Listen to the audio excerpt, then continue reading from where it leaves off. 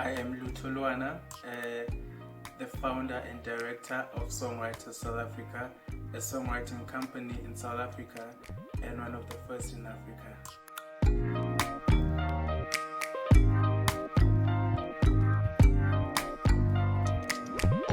First impression, UOPN. Okay, welcome to I Am. Tell us a little bit more about yourself, where you grew up, just who you are. I grew up in the rural Eastern Cape, Okay. in a small town called Flagstaff. I was raised by my grandmother. Okay. So I grew up a normal life like any other child, and I moved to Durban. I think I was 9. Okay. And but my career in music started when I was in the Eastern Cape, because my grandmother was a teacher, a choir master, a composer, and a vocal coach. So that's where I learned most of the stuff about music. I was quite ignorant at that time when it comes to music, but you were forced to join the choir. Was it church choir or school choir? A school choir. Okay. Yeah, where she was teaching. So you were forced to join the choir, be part of the choir, be part of the music, and we never really had anything else besides ourselves and our instruments as vocals and our hands and our tongues. As Xhosa people, we are famously known for the click sounds. Yeah. So that's how we made the beats and everything. We never had keyboards or guitars or so some anything like that. acapella kind of vibe. So it was kind of like a cappella, you know, and that's where mostly I learned about music, and mostly at home, even at home, we never went to sleep without singing a song. So before we pray, we'd sing a song from the Methodist hymn book. And you choose a song from there, and you would explain what does the song mean, and what does it mean to you, So we grew up with that, and little did I know that I was being trained, So that's where the thing for me of storytelling and the importance of telling our stories came from. And I started songwriting when I had moved to Durban. I was in primary at that time. I think I was 11 years when I started. I was never good when it comes to academic stuff. I was never good at all, especially in maths and science. So whenever it was a maths period or a science period, I would just put all my books away, take my songwriting book out, and I would start writing. Yeah. And I would never listen to what the teacher was teaching, because maths was just frustrating me, So I lived in my own world when I was in class. The world of music. Yes. Okay. And at that time, I was mostly influenced by the Western music. So I would listen to a lot of your Chris Browns, then your Ushers, your Neos. But mostly I was influenced by Neo, his style of writing. So how I started was I used to rewrite other well-known songs in class. And then after that, I would sing them out for my classmate, because at that time I really like singing a lot than now, because right now I like to be more behind the scene and vocal producing.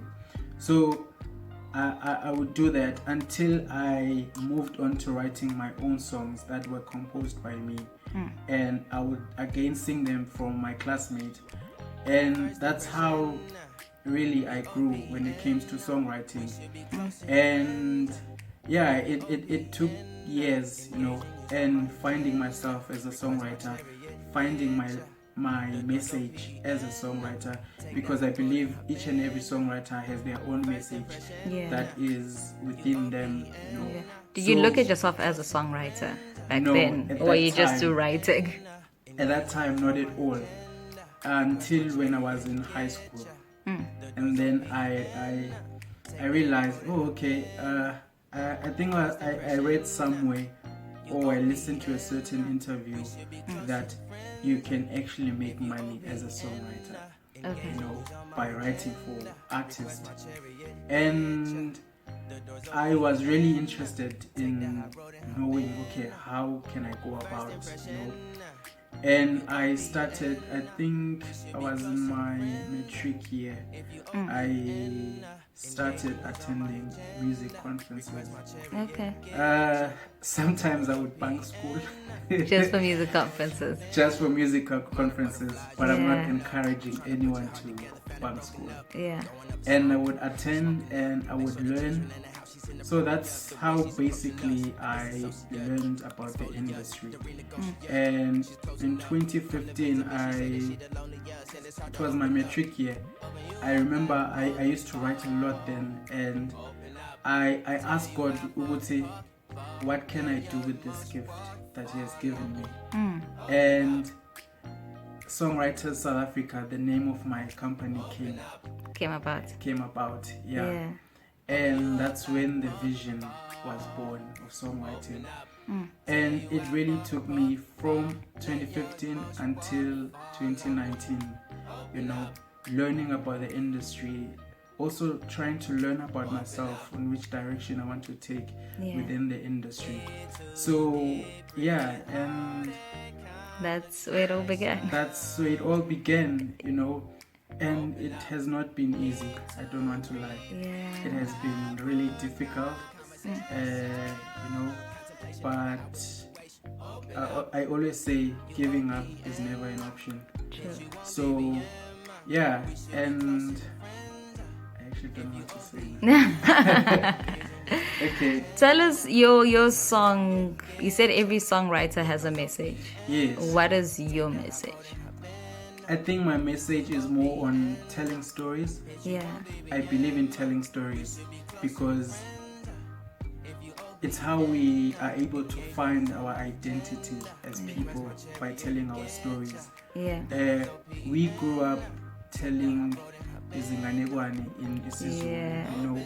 In Xhosa it's called Inzomi. Yeah. So we grew up telling those stories, and that what really had made us as people. That's how we were able to learn about us, you know, as people, and our past as well, on how our forefathers lived, etc. You know, so that's when I discovered my message is more on telling stories, you know, teaching, educating, also healing, you know, because I believe words are so powerful. Yeah. In that way. So, yeah. What has been some of the projects actually you've worked on? Recently, I've worked with Sisanda Nelson. She's a South African born artist. She's based in Sweden. So I've recently worked with her on her upcoming album. But I am looking on working with different other musicians within the industry, but not only musicians, but also films and commercials and anything that has to do with music and songwriting. Yeah. Yes.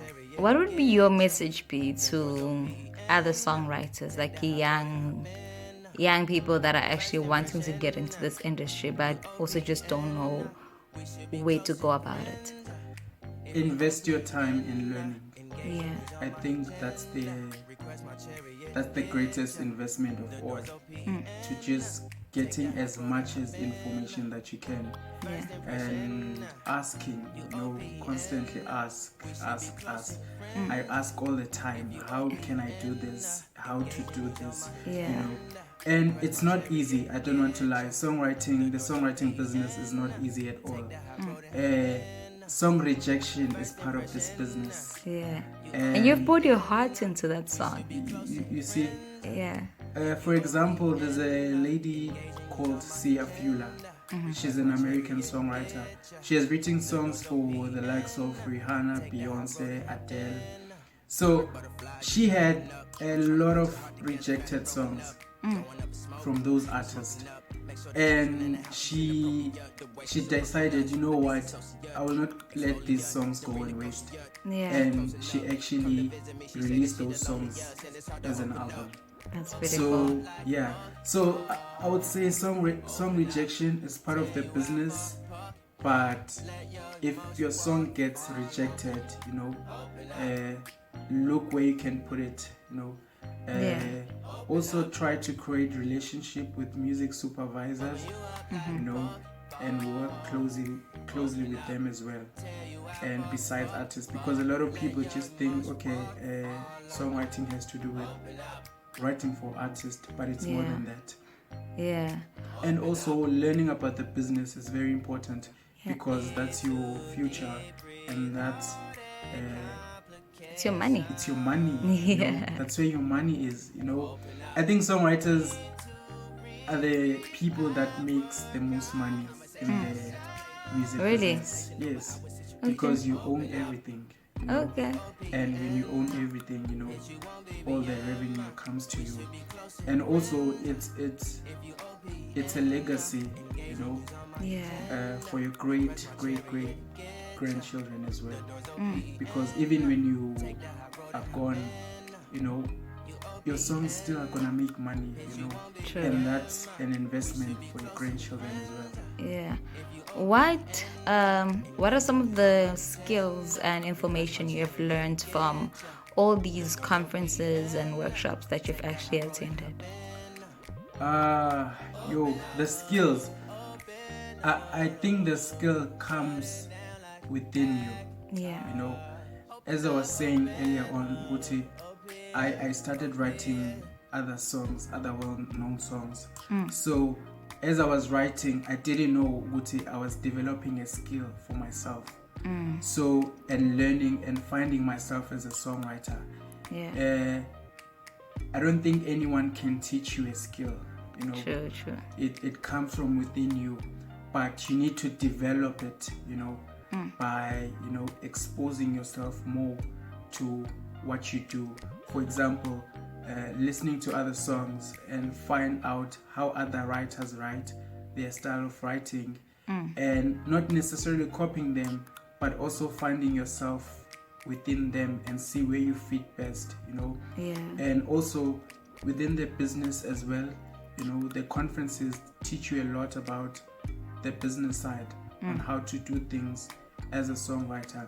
And even on the business as well, I think you find yourself, you know, because I don't think all of us can do everything, you know, but you find your sport that you are good at, you know, and So we started 2020.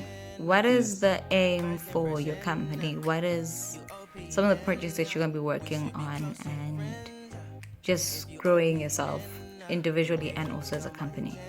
2020. Yeah. Some are saying 20 plenty. Oh, that's cool. Yeah. But the vision is to continue telling stories, you know, and we are looking into launching this year, launching our company officially for the industry to know and for everyone else to know, and also telling the stories, and in this point of view, not with writing, but, you know, teaching other aspiring songwriters, you know, on how they can find themselves as a songwriter. And I will be doing a lot of those through workshops. Where would those workshops be located? You can look out on our Facebook page, on our post. We post when we do those workshops. Okay, let's have the name of the handles for social media. On Facebook, it's Songwriters South Africa. You can also check on our website. It's www.songwritersouthafrica.portmoney.com, or you can email us on songwritersouthafrica@gmail.com, or you can contact us on 064-614-7165. We also do one-on-ones. Okay. So if you want a consultation with us, we also do that. Okay. You mentioned one of the most important parts, which was, you said it's the first one in South Africa or in Africa? A company, a songwriting company. One of the first in Africa. In Africa. Yes. That is a lot of pressure. Yeah. And I don't know, people are, I don't know, they're not understanding what the company does. Yeah. Some think it's a songwriting union, Okay. but it's not. You know, it's Yeah. just a songwriting company. We offer songwriting services, you know, to whoever needs services for songwriting. It's not a union. It's not a collecting society. Yeah. Yeah. You talked about the pressures of, understanding how hard it is, moving and doing something that belongs to you. Because starting a business is actually just doing something that is yours and deciding to go on your own path, Let's talk us through the journey. You deciding to register a company. Yes. And, dedicate your life, and also your mental being and also just finances into this business. It takes a lot of faith. Yes, a lot of faith, a lot of hard work, a lot of patience as well, because there's times when things are just not working out, but you still continue, because I believe some of us are called to do what we do, so no matter how hard it is, we still continue because it's within us, it's what makes us live, it what makes sense to us, somehow it's our therapy, so it's kind of hard to let it all go and go into something else, so rather, be patient with it.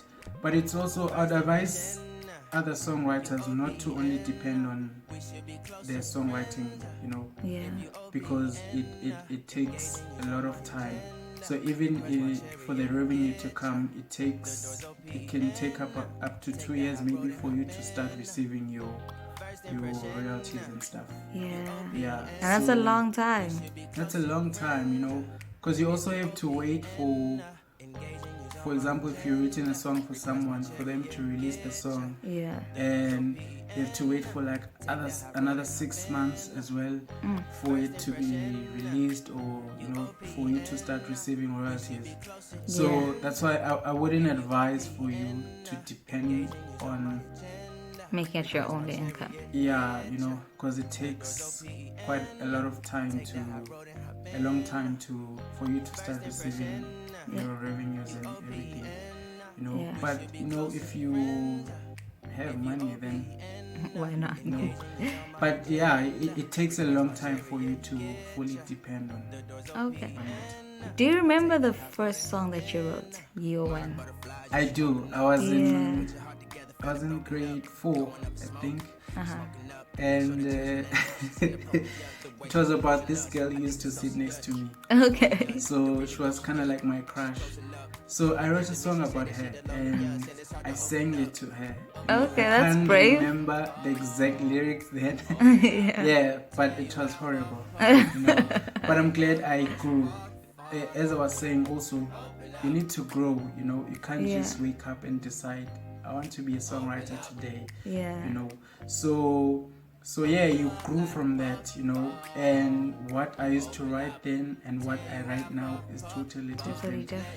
Because I took time to grow and to also find myself, and I also learned different type of songwriting structures. That's also important, and also to understand the different genres, especially if you want to be a multi-genre songwriter, you need to understand those genres, because each and every genre has its own message, has its own style, has its own sound, has its own way of, so it's important to understand that as well, and to understand the type of artist you are writing for, understand their vocal capabilities, because for some I've realized it's not easy for them to sing certain songs, so it's important to understand that as well. So what I do is, before I write you a song, or if you ask me to write you a song, I first need to understand you as an artist, you know. Yeah. I need to understand your vocal capabilities so that maybe the words that I put in there or the melodies are not too difficult for you. So yeah, and that's important, you know. And sometimes you would write a song and then you feel like, okay, this can fit perfectly to so and so, you know. So yeah. So Yeah. Okay. It has been a journey. Yes. How would you describe your journey into songwriting and even just in life in general? Because whatever you do also links into your personal life and your mental being and, you know, a whole lot of stuff. I have not had the easiest life, you know, as young as I am. So I've been through a lot, you know, a lot of challenges. But I guess that also contributes to what you write. It also contributes to your message, you know. So a lot of people, when they listen to my songs, they'll be like, yo, your songs, they're so deep, you know. And I guess sometimes it's what you go through. You know, that's your message. So it's kind of like a therapy. It's a therapy. Because I'm also inspired by different things, you know, in life, you know. So that kind of adds into your writing process. For example, you just look at the mountains and a melody just pops up. And sometimes it makes it very awkward for you as a songwriter, because the song can come up in a really awkward places. For example, if you're in a taxi and a song comes and you have to record it so that you don't forget it. And you start singing. And you start singing the melody so that when you get home you can rearrange it perfectly. So I guess it all comes in different forms. And it's not the same way. And I wouldn't say there's a specific method for songwriting. It's different for everyone. Thank you for sharing your journey with us. Thank you for having me. And for just introducing people into songwriting and the importance of it, you know, and understanding that you need to first educate before you entertain. And I believe that's exactly what you're doing. We wish you nothing but the best for 2020, and may more songs bloom. Thank you so much. Open up.